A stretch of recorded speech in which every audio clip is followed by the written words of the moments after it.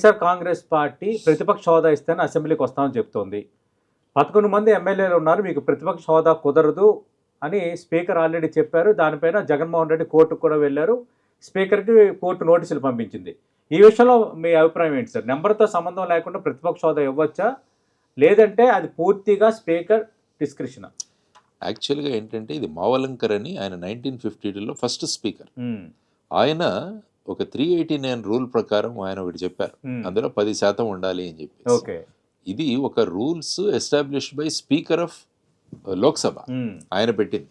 ఆ తర్వాత 1977లో ఒక సాలరీస్ అండ్ దీని అందులో లీడర్ ఆఫ్ అపోజిషన్లో ఎక్కడ ఈ 10% గురించి ఎక్కడ మాట్లాడలేదు. Leader of the largest number of members in the assembly or Lok Sabha is called leader of opposition. కానీ మీరు యాక్చువల్గా చూసుకుంటే కాంగ్రెస్ కూడా ఐ థింక్ వాళ్ళకి 44 సీట్లు ఏవో ఉండేవి అనుకుంటా. అప్పుడు లీడర్ ఆఫ్ అపోజిషన్ ఇవ్వలేదు.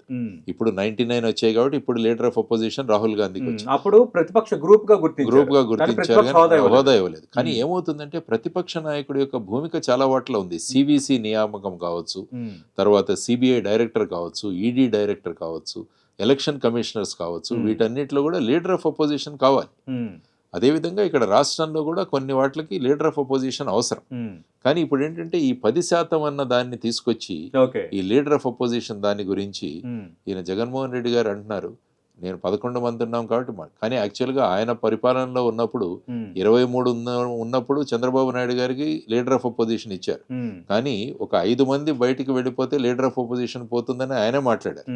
మరి అప్పుడు లీడర్ ఆఫ్ అపోజిషన్ గురించి మాట్లాడినప్పుడు మళ్ళీ ఇప్పుడు ఎందుకు అంటున్నారు? మీరు యాక్చువల్గా you are representing 40% of the voters.